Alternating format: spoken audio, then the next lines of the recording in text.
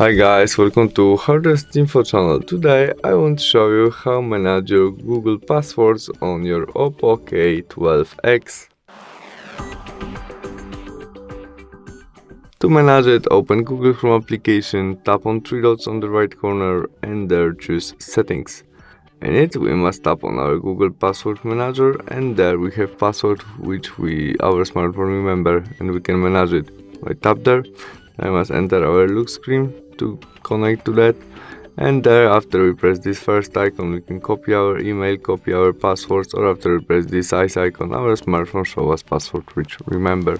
You can also share this password to someone by this icon or edit it by tap on edit and write something new or change something in your username, passwords or note selection.